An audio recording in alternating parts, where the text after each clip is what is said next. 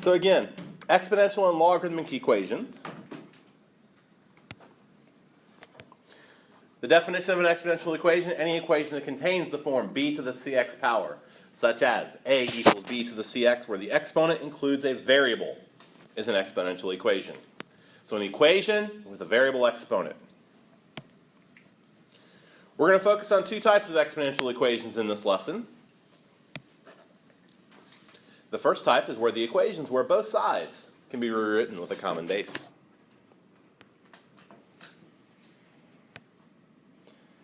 And secondly, the equations where both sides cannot be rewritten as a common base.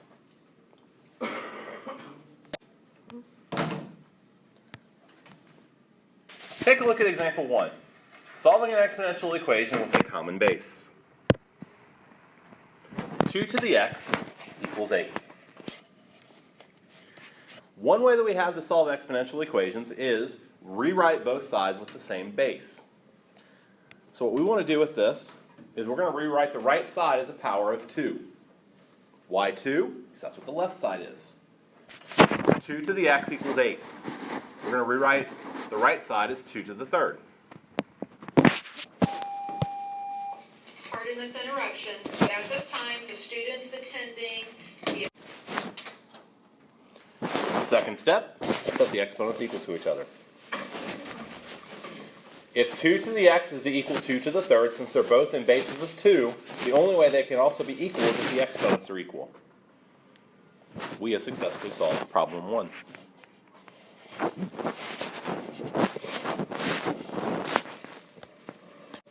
Now you may be asking yourself, Mr. Giesing, is it going to be this easy all day? And the answer is no. That's why we have example 1a. 2 to the 3x equals 4 to the x plus 1 power. So again, because we can this time, rewrite the right side as a power of 2. 4, of course, is 2 squared, so I replace the 4 with 2 squared. Unlike our first example where we had just a simple thing, here we're going to simplify the right side with the exponential properties. Power to a power, we multiply those exponents together, 2x plus 2. Well, now that they're both written in the same base of 2, set the exponents equal to each other. If 2 to the 3x is to equal 2 to the 2x plus 2, therefore 3x must equal 2x plus 2.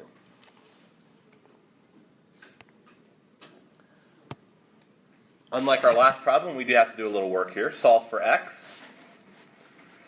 So we'll subtract 2x on both sides, as you can see. And thus we finish with x equals 2. Example 2. Solving an exponential equation that does not have a common base. The easiest way to solve these is to do the first example, like example 1 and 1a. Rewrite them as a common base. But sometimes we can't do that. Such as this. 4 to the x equals 19. We can't express 19 as a power of 4, nor as a power of 2, because we could 4, of course, can be rewritten as 2 squared. But we can't express 19 as a power of 2, nor as a power of 4, so we have to have a different technique. Now, I believe I'm going to show you 2 ways to do this. Here's the first way. You can rewrite this exponential equation as a logarithm, using the definition of logs. If 4 to the x equals 19, that means the log base 4 of 19 equals x, by the definition of logarithms.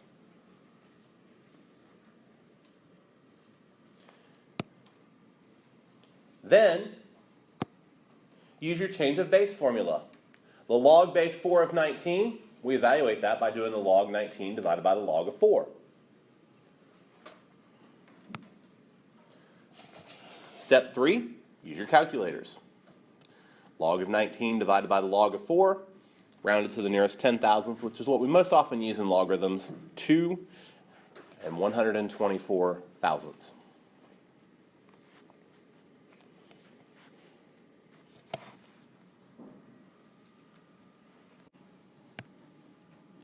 Four to the x equals 19. Well, remember in solving an equation, you can pretty much do anything you want so long as you do it to both sides. What we can do, we can take the log of both sides. The log of 4 to the x equals the log of 19. Ladies and gentlemen, by the properties of logarithms that we learned earlier this chapter, where's the x going to go? Correct. Simplify the left side with a log property. X times the log of 4 equals the log of 19. Ladies and gentlemen, if they're multiplying x times the log of 4, what are we going to do to get x by itself? Correct. We'll solve for x, and the way we'll solve for x is we'll divide both sides by log of 4.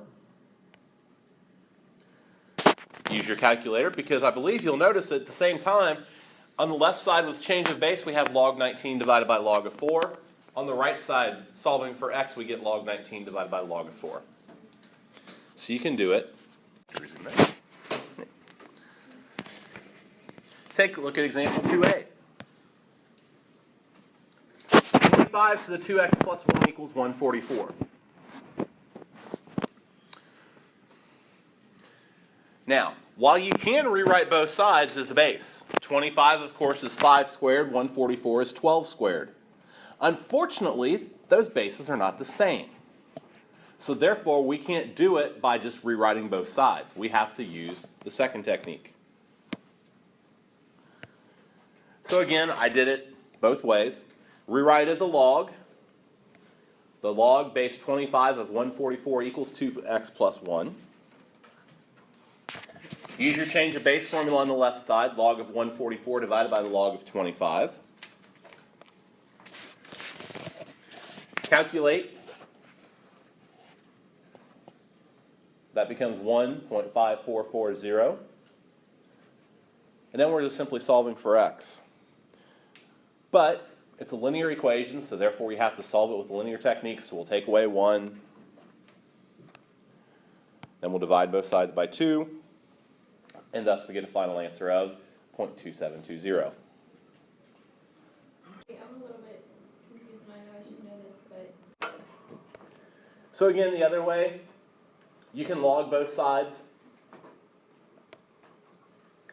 By the power property of logarithms, the exponent of 2x plus 1 comes out front and becomes the coefficient. You're taking 2x plus 1 times the log of 25, so we're going to solve for x. We're going to divide both sides by the log of 25.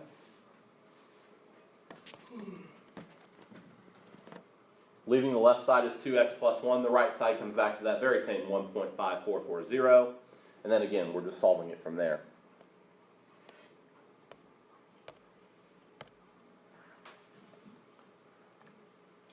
Because again, no matter what, at some point in time, you need to get log of 144 divided by log of 25 equaling 2x plus 1. No matter how you go about doing it, whether you use properties of logarithms or the definition of logarithms, you get to the same spot. Okay. Questions on the second example?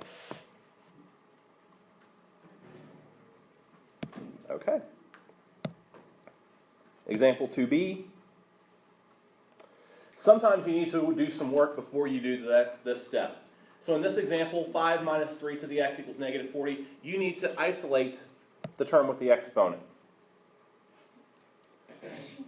We need to get that 3 to the x by itself. So notice we'll subtract 5 on both sides. And then we'll divide both sides by negative 1. And we get 3 to the x equals 45. So nothing really has changed except we have to get the exponent term by itself first. So we have to do a little work to begin with.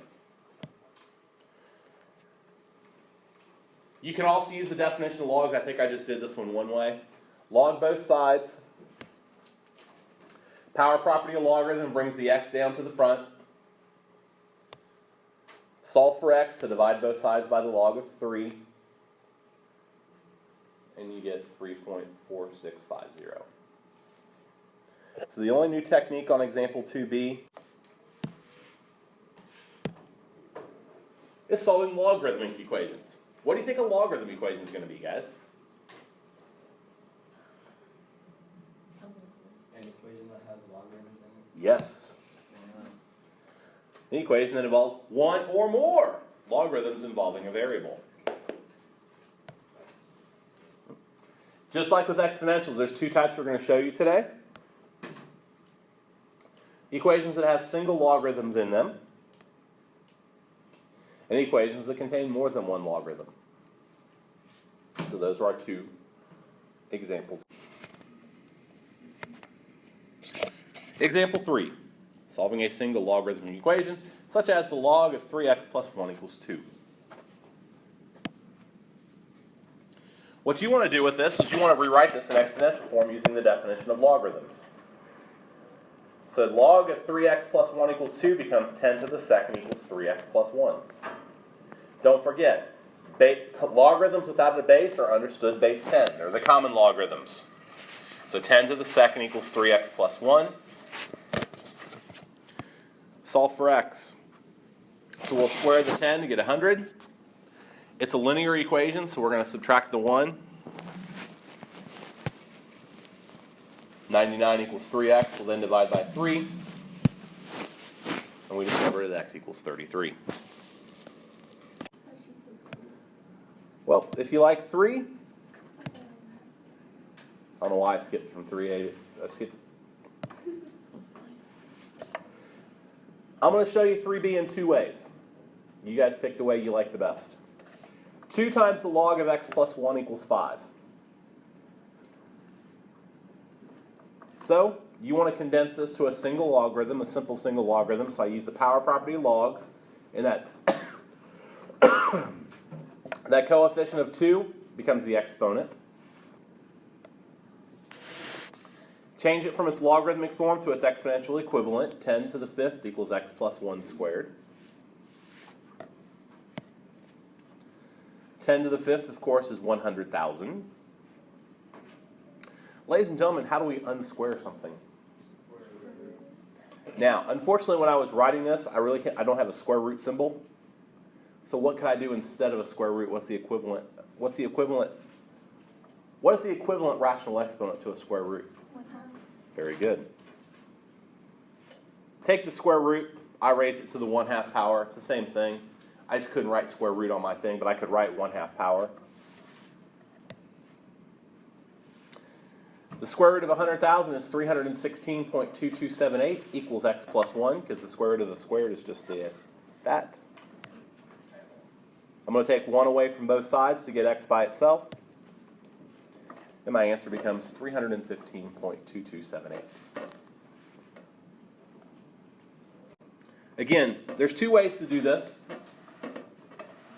They're multiplying 2 times the log of x plus 1. How do I undo multiplication?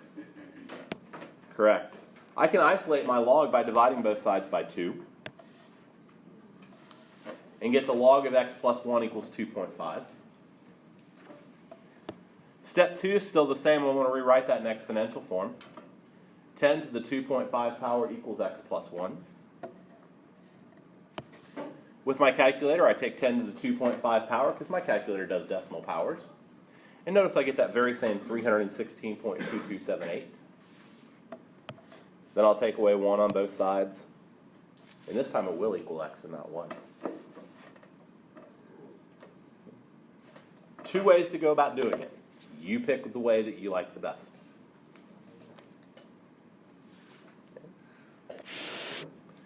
Questions on example 3? All right. Example 4, solving an equation that has multiple logarithms in it. Such as this. The log of 2x plus the log of x equals 11. Well, if you recall, earlier in this chapter, we taught you the 3 properties of logarithms, and one of the techniques that you practiced was how to condense and write something that's a sum or difference of logarithms as a single log. So who can rewrite the left side as a single logarithm? Because if they add, we do what? Times. So we can condense the left side with the property of logarithms.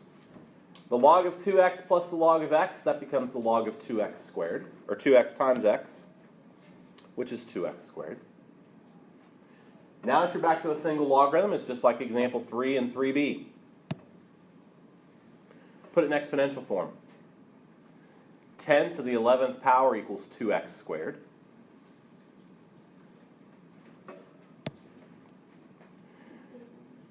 10 to the 11th power is a rather large number. It's 100 billion. Would you believe I did that without a calculator? Yep. Yeah. Remember, 10 to a power means you have that many zeros is the same as your powers. And now we're just solving for x. So we're going to divide both sides by 2. That means 50 billion equals 200 equals x squared. Again, square root from here. Again, I don't have a square root. It's easier for me to type it as an exponent, so I raise both sides to the 1/2 power. And thus your final answer becomes 223,606.7977. As they say. Example 4b.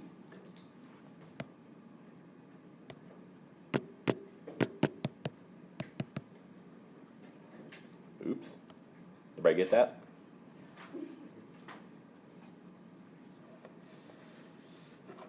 Let me just leave the whole slide up. The log of 5 minus the log of 2x. So again, we're going to condense the left side to a single logarithm with our properties of logs, and since they subtracted, we do what? Divide. Log of 5 divided by 2x. We're going to rewrite from log form back to exponential form. 10 to the first equals 5 divided by 2x. 10 to the first, of course, is 10. I make 10 a rational number by putting it as 10 over 1. That way I can write 5 over 2x. And then I simply solve it as an algebraic ratio. Cross multiply. 10 times 2x is 20x. 1 times 5 is 5. Remember, those cross products must be the same in a proportion. 20x equals 5, so I'll divide both sides by 20, and thus x equals 1/4, or as a decimal, 25. All right, last example. The log of 7x plus 1 equals the log of x minus 2 plus 1. Well,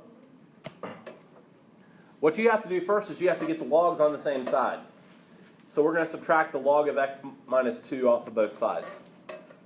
We need to get all the logs to one side because we can't condense if they're across an equal sign. So we subtract it over.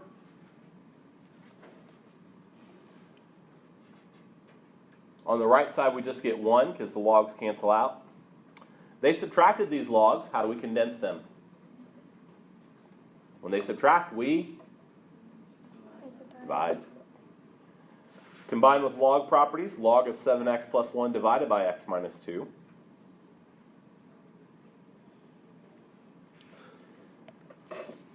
Again, take it out of logarithmic form. That should say exponential form, not logarithmic. 10 to the first equals 7x plus 1 divided by x minus 2.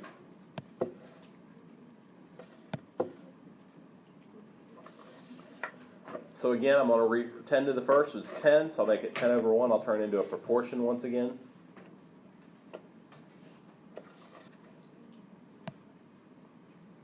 Cross multiply, 10 times x minus 2 equals 7x plus 1. So I get 10x minus 20 equals 7x plus 1. I'm going to get the x's to the left, so subtract 7x, get the constants to the other side by adding 20. And it turns out that x equals 7 is the final answer.